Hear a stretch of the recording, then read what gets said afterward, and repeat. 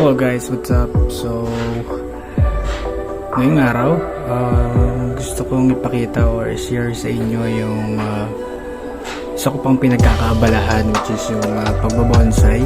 So, bukod kay siomai, sa pag-aalaga ako ng baboy, recently, nung May, nahilig ako sa bonsai.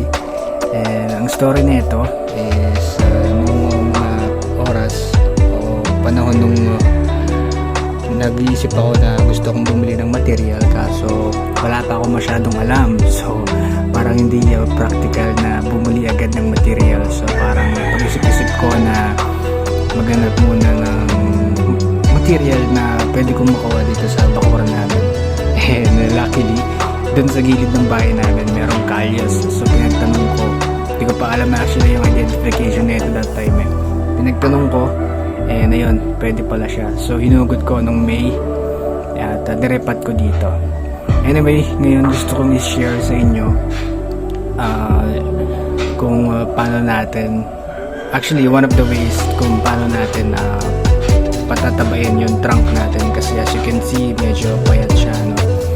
So dapat sana kung meron tayong sacrificial branch dito sa ibaba, pwede natin palargayin ng palargayin either way kung saan dyan para lumapad yung trunk. So ang gagawin natin ngayon is babawasan natin itong taas nya ng konti para at least mag-generate siya sa, or mag-focus muna siya sa pagpapalapad ng trunk. Okay, let's go. So ito guys, so puputulan natin siya hanggang dito kasi merong node dito na tatamaan eh. And hindi pa ako masyadong sure dito kung tama yung way, so pamamaraan na gagawin ko. Comment na lang kayo kung tama ba to o hindi. Tsaka ito nga pala yung napili kong harapan niya, no? So ayan, kasi kung sa kabilang side pwede din naman, pero for me mas gusto ko itong harapan na to. Ayan, so ayan, putulan na natin siya. So hindi natin tatamaan itong node na to. Ewan ko kung kita sa inyo. So ito lang. Yeah, medyo matigas. Yun.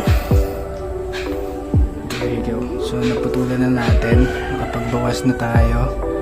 And mukhang meron din namang node sa kabila. So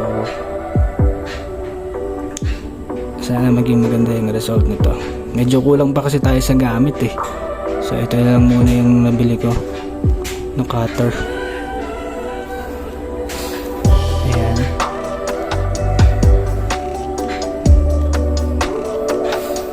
Tapos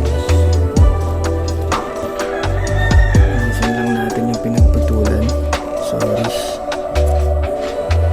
kailangan talaga medyo maingat ka dito eh, para hindi masyadong bacteria. Pwede tayong gumamit ng wood paste, or kung wala naman itong Elmer's glue o kaya stickwell, maganda yung maging paghilom niya at saka hindi masyadong pasukan ng bacteria or fungal infection yung pinagputulan natin. So ayan, so ayan na siya ngayon.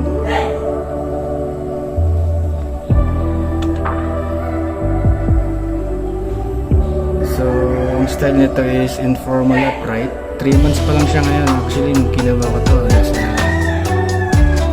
hanggang dito lang, pinutol ko siya hanggang dito. So medyo mabilis yung paglaki niya sa bago niyang pot. Anyway, maraming salamat. Nag-update lang ako ng video. And next week i-update ko kayo kay siomai. Kung kita siya dito, yun, nagpapahinga.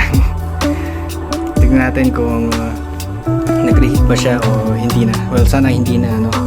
So yun lang sa ngayon. Maraming salamat sa panonood nyo. Bye!